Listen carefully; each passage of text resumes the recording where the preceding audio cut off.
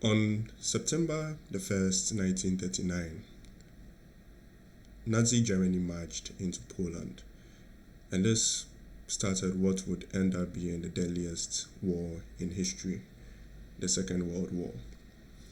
But there is contemporary understanding about what led to this war, and while this is often adequate, we're going to try to go to this very specifics, go beneath the contemporary understanding to be precise. And we've come up with 2 pointers that will help us understand what's really contributed to the Second World War beginning and the nature of it, how it transpired. The first is the Great Depression, which is often cited as the worst economic crisis the world has ever seen. And the last is fascism, the political philosophy that is often cited as one of the main characteristics of Nazi Germany and Imperial Japan. Obviously, the main states involved in the Axis. But all this is going to be beneath a theory that I think is very important, and it's called the conservation of resources theory. Now, this theory was developed by Stephen Hopfall, and it's an interesting theory because it speaks about something that is often overlooked in international relations. Because international relations can be very deterministic, especially if you're following the realist angle, the realist philosophy.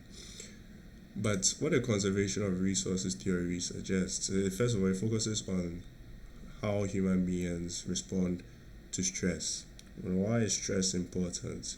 Because according to this theory, human beings are going to be fixated on preventing the threat of loss, which is one very stressful emotion. They're going to respond to the second one, which is an actual loss from stress. And the last is that they're going to be responding very, very strongly to having invested some form of resources and not experiencing the net gain that they expected. So this is just a brief overview on what the conservation of resources theory suggests. And it even goes deeper because it has, and this paper talks about it. It talks about corollaries of the conservation of resources theory. Now, there are about four corollaries in this theory, and I'll just point out the first one in this paper. And yeah, if you go through this, it says that those with greater resources, for instance, are going to be less vulnerable to losing those resources. So the theory suggests that people with less resources are less likely to make or attain greater resources, and people with adequate resources are going to see that trend continue. Now, why is this important? I think it's important because it speaks about happiness in general. So I've naturally extended from this theory into one that's going to fit in with geopolitics and a personalistic approach that maybe can be used to understand the leaders in some of these conflicts.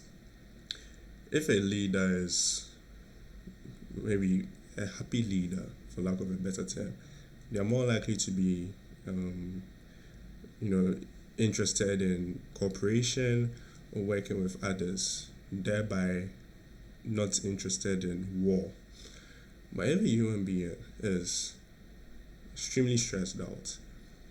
Not stressed out, but experiencing a set of events that leads them to develop a worldview focused on stress. They're going to view people completely differently. They're going to view people as opportunities for extraction. drawing out as many resources as possible from them in order to fill in what is an inadequacy in them due to their own lack of adequate resources. And that's exactly what the conservation of resources theory speaks to. And that's why I think that it has a good chance of explaining what led to the Second World War. Because we are going to start off with the Great Depression. The Great Depression started in 1929, and Germany was very much negatively affected by the Great Depression, because as we know, it started in the United States, and Germany was it was a terrible moment for them, because after the First World War, Treaty of Versailles, I mean, their economy was heavily dependent on external states, and due to what happened in the US, in the United States at the time, they ended up seeing that employment level reduce significantly. So industry was dying, and unemployment was skyrocketing, even going as high as 35%. And you'll be able to see that in this article. So the German economy was crashing. It crashed practically, and this is often pointed to as one of the causes for extreme political ideologies, because you have to remember the Nazi Party was already in existence before both the Second World War, obviously, and before the Great Depression. So there was already a building of it, and it was nowhere near having the support it needed at the time in 1929. But what it did was to provide the precursor, provided the motivation for the leaders of the party to exploit and to make a case for this terrible political ideology taking root, because it is an ideology of hatred. And that's where fascism comes in, because we have to look at what fascism is. And we can look at different definitions of it, but commonly agreed definition is one where there is a totalitarian leader, and there's always this idea that the nation is in decline, and that, for instance, as stated here, only unity, discipline, and decisive leadership can restore that greatness. Greatness here is earmarked. It's very important, because there's this almost obsessive focus on the idea of greatness, and this is what obviously characterized the actions of Imperial or Nazi Germany at the time, because they were intent on, number one, classing different people as others, and number two, what was called the expansion, Greater Germany. And this was at the heart of the Nazi Germany. I guess you could call it a philosophy, their system of government. But fascism is a political philosophy.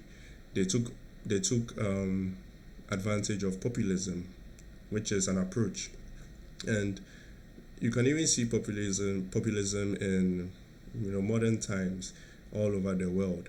But what populism does is to divide the world into two, based on this form of thinking, because there's always going to be a scapegoat for adverse economic situations, but it defines that scapegoat to the audience, and it says that they are the cause of all our problems, or of all their problems. And obviously we saw how far that went. We saw how far that went, and this is how it took seats in the legislature, because this was something that took place very much through the original legal means in the parliamentary system in Germany, in Weimar Germany at the time.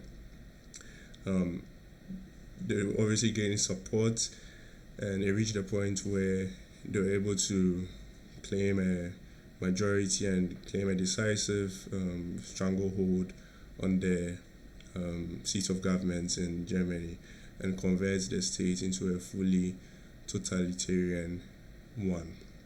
So you can see here that the actions, or should I say, the effects of the Great Depression contributed to what happened in Germany, and it provided.